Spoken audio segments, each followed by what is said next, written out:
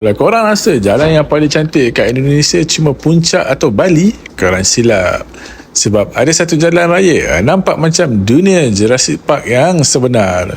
Inilah laluan Ciwidey, Naringgul, Cidiwan di Jawa Barat, Indonesia. Sepanjang perjalanan, korang akan lalu jalan berliku yang diapit tebing batu tinggi, hutan hijau tebal dan kabus yang buat suasana macam dalam filem penggambaraan.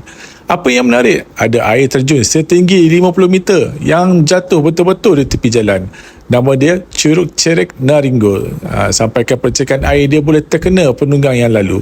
Laluan ini juga terkenal dengan Jabatan Cimpadak, jabatan ikonik yang menentasi sungai gunung yang jernih.